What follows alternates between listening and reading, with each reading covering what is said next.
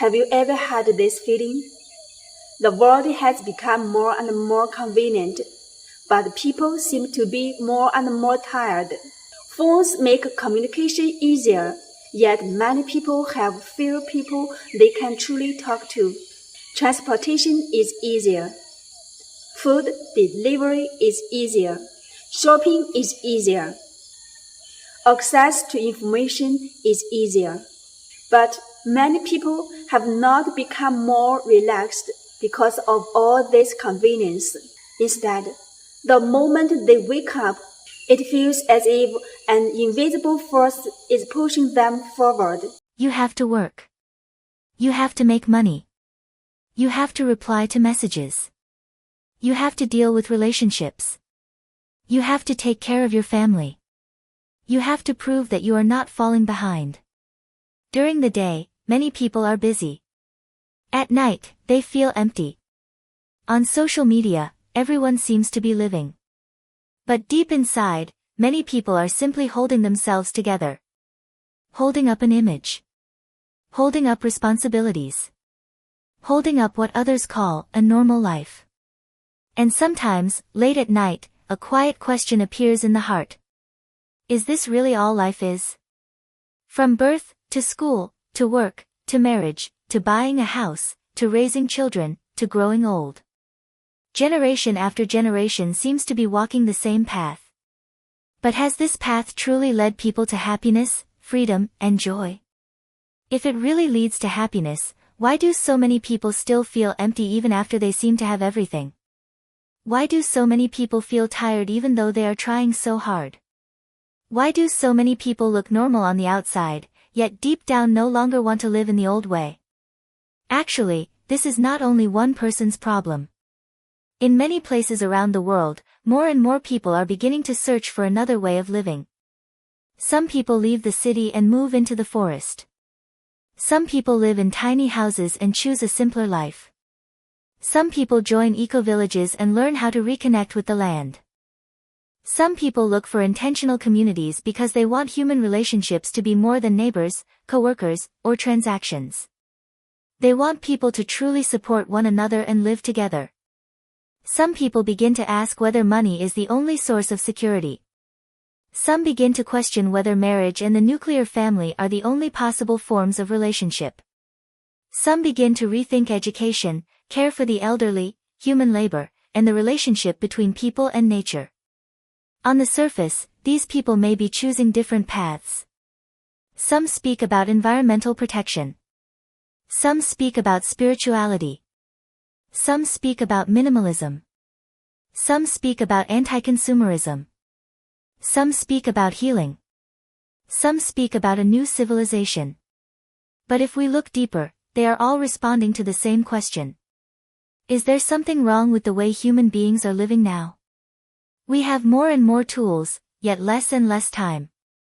We live in bigger and bigger cities, yet feel more and more lonely. We are connected to the whole world, yet find it harder and harder to truly connect with the people beside us. We chase success, but often lose the joy of life itself. So when more and more people begin searching for alternative ways of living, it is not because they are strange. It is not because they are escaping reality. Perhaps it is because they have finally become honest enough to see reality clearly. The old way of living no longer truly nourishes life. But searching for a new life is not easy. Many beautiful images can move us. A forest cabin is beautiful. An eco-village is beautiful. Community life is beautiful. Morning sunlight, vegetable gardens, wooden houses, bonfires, singing, and dancing are all beautiful. But after watching those images, many people still have questions in their hearts. Can this really work as a long-term life? When a group of people live together, how are conflicts handled? Without traditional marriage and the nuclear family, how are relationships placed? Without bosses and competition, who does the work? If everyone lives together, where does the money come from? Will freedom turn into disorder? Will an ideal eventually become another kind of restriction? These questions cannot be answered by beautiful images alone. They cannot be answered by ideas alone. They need to be answered by real life. That is why I feel the story of the second home is so precious. Because the second home is not an imagined utopia. It truly happened. A group of people from different ages, different experiences, and different family backgrounds really lived together. They worked together.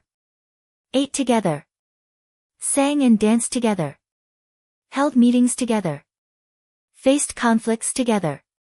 And lived close to nature together. There were children as young as 3 years old. There were elders in their 80s. There were people who had experienced painful marriages.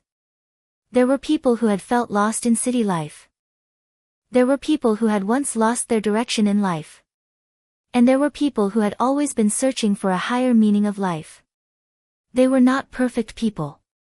They also had habits, emotions, different opinions, and real-life problems to face.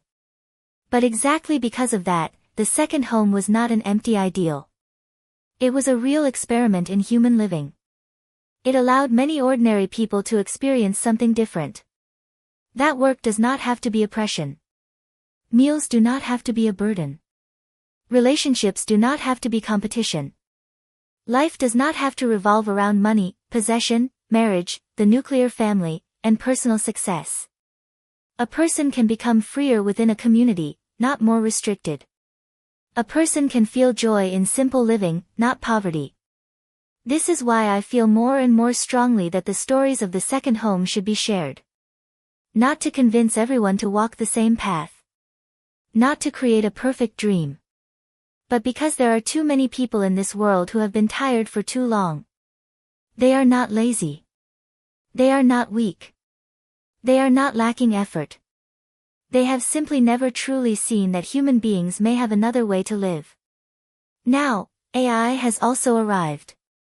Many people are beginning to talk about AI, consciousness, spirituality, and new civilization.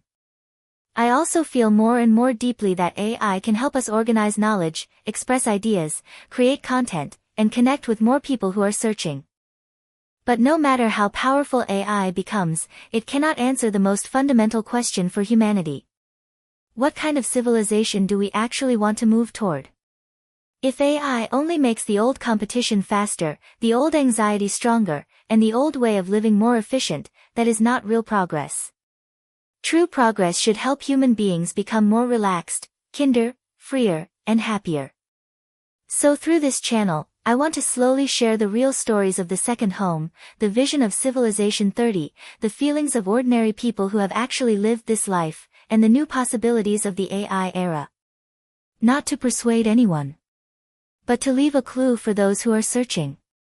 There really have been people in this world who seriously thought about another way of living. And there really have been people who tried to live it.